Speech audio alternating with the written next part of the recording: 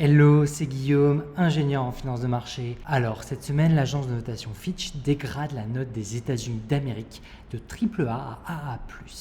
D'ailleurs, les États-Unis ne sont pas les seuls à être dégradés. La France aussi, cette année, est passée à AA- en avril dernier chez Fitch. Alors, Yellen, la ministre du Trésor US, dit que c'est une notation arbitraire et outdated. Et c'est pas un move très adéquat sur des agences qui se veulent neutres d'ailleurs. Pourtant, Yellen, elle a elle-même donné une guidance pour le Trésor US qui persiste dans une logique de surendettement, avec plus de 1859 milliards d'emprunts anticipables pour cette deuxième partie de l'année 2023. Et oui, je suis allé voir dans le bulletin d'annonce officiel du gouvernement des USA au 31 juillet, on a 1 trilliard et 7 milliards en Q3 et 852 milliards pour le dernier trimestre de l'année. Alors bien sûr, il y aura du netting, mais on a quand même des déficits du budget qui explosent. Et ça, c'est vrai aux États-Unis et aussi en Europe. Alors déjà, toutes ces baisses des agences de notation, c'est pas un délit de sa gueule, c'est pas arbitraire, c'est pour moi normal. Les États aujourd'hui gèrent de moins en moins bien leurs finances. Et c'est pas tout, ça t'a pas échappé, on a des taux qui montent à 5,5% aux États-Unis et 4,25% en Europe.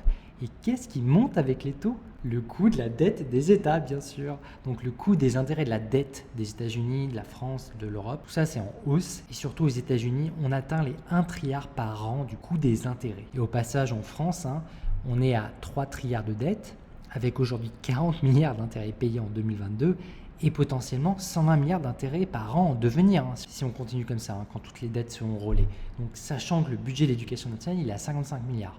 Donc là, on va arriver avec le premier poste en France qui va être simplement le paiement des intérêts sur la dette. Donc ça fait mal, on ne peut pas dire que le budget est bien géré, clairement. Alors en tant qu'investisseur pragmatique, il y a bien sûr une question majeure qu'on peut se poser après cette dégradation de la note des États.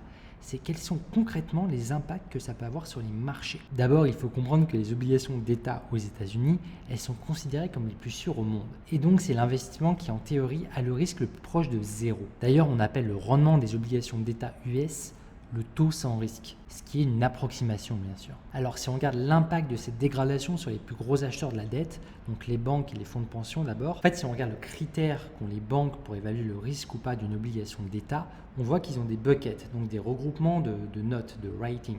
Donc le premier bucket, il est entre AAA et AA-. Donc au final, ça ne change pas grand-chose pour les banques et fonds de pension d'avoir des obligations américaines dans leur bilan. Donc la dernière marche, si tu veux, c'est AA-. Donc là, la France, elle, pour rappel, elle est sur AA-. Et c'est un peu la dernière marche avant vraiment de tomber hors de la zone dit taux sans risque. Et ce modèle de taux sans risque vaut uniquement théoriquement pour les banques et fonds de pension, bien évidemment. Alors, plus important, si on regarde les marchés actions, qu'est-ce qui s'est passé ? Regardons le S&P 500 par exemple, l'indice des plus grandes actions américaines. On a observé, un léger repli de presque 1% le jour de l'annonce de Fitch. Mais bon, c'est pas grand chose au final, donc on reste au-dessus des 4500 points quand même pour le S&P 500. Donc globalement, on est toujours dans un bull market à presque plus 10% de performance depuis ces 6 derniers mois côté États-Unis. Maintenant, si on essaie de prendre un peu de recul pour résumer l'histoire récente, pour expliquer dans quelle situation on est. En 2020, on a eu l'acte 1, si tu veux. La Fed et la Banque centrale ont fait tourner la planche à billets à plein régime.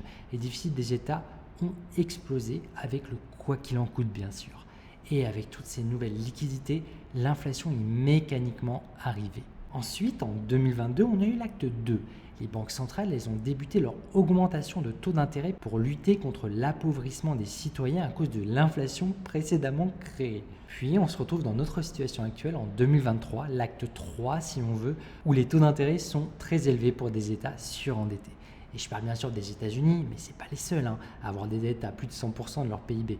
Il y a aussi la Grèce, l'Italie, l'Espagne, la France. Donc oui, la proportion de remboursement des dettes et des intérêts dans le budget des États, ça pèse de plus en plus lourd. Donc une forte augmentation cette année et très certainement pour l'an prochain aussi. Ainsi, on peut caricaturer et dire qu'on est carrément rentré dans une trappe à dettes. Forcément, à force de repousser à plus tard des problèmes en injectant de l'argent dans l'économie, un jour, l'addition, elle arrivera.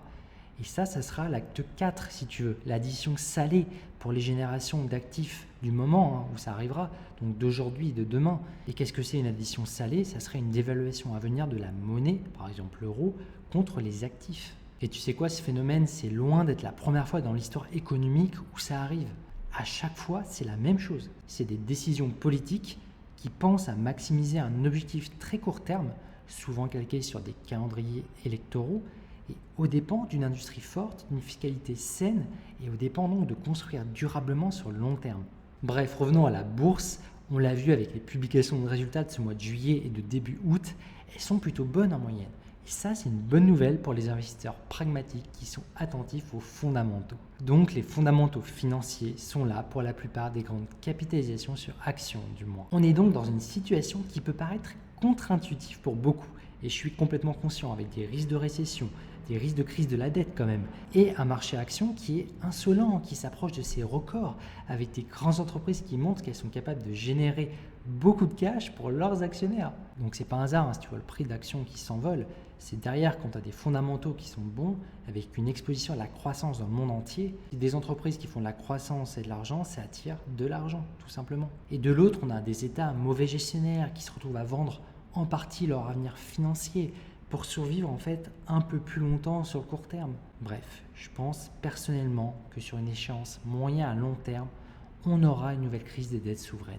Et je vois pas comment on pourrait y échapper. Et je suis aussi convaincu qu'à chaque fois, on aura un discours de quoi qu'il en coûte en Europe, aux États-Unis, et qu'ils préféreront, comme d'habitude, repousser avec les intérêts le problème à plus tard. Alors individuellement, ma solution, elle est assez simple, c'est de garder assez peu de liquidité, assez pour tenir sur 6 mois roulant en cash, au cas où. Et surtout, c'est ce que je te partage sur ma chaîne, c'est d'investir régulièrement sur des actifs qui, eux, sont gérés par des hommes, des femmes qui apportent concrètement de la valeur à la société. Donc des entreprises, que ce soit par l'industrie, des produits, des services, et qui répondent à un problème reconnu et demandé dans le monde.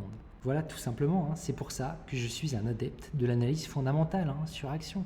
Au fond, c'est une démarche qui est pragmatique, de rechercher comment placer son argent entre les mains de ceux qui apportent vraiment de la valeur à la société. Et d'éviter ainsi au maximum de garder mes économies en euros, qui est certainement la zone macro la plus risquée selon moi aujourd'hui. Bref, si c'est ton cas et que tu as une forte exposition en euros, rassure-toi, les liquidités ça se bouge, ça peut s'investir. Ce qu'il faut en fait, c'est prendre le temps de réfléchir et de savoir qu'est-ce que tu vas en faire en fait. Sur quelle échéance, quel rendement tu souhaites, à quel risque aussi que tu prends. Peu en parle, mais c'est super important. Et ça tombe bien parce que je suis sûr que si tu souhaites apprendre à investir ton argent dans de belles entreprises de qualité, ici tu es entre de bonnes mains avec moi. Au passage, j'ai créé pour toi tout plein d'outils gratuits à ta disposition pour apprendre à gérer ton portefeuille d'actions et à réaliser une analyse fondamentale correctement. N'hésite pas à faire un tour sur guystorm.com pour découvrir tout ça. Et maintenant, si tu veux avoir mon analyse sur une belle entreprise du CAC 40 qui verse quand même de juteux dividendes à 7% en 2023, je t'invite à découvrir l'action Total Énergie avec ma vidéo que je te mets ici. Sur ce, restons pragmatiques. Allez, ciao!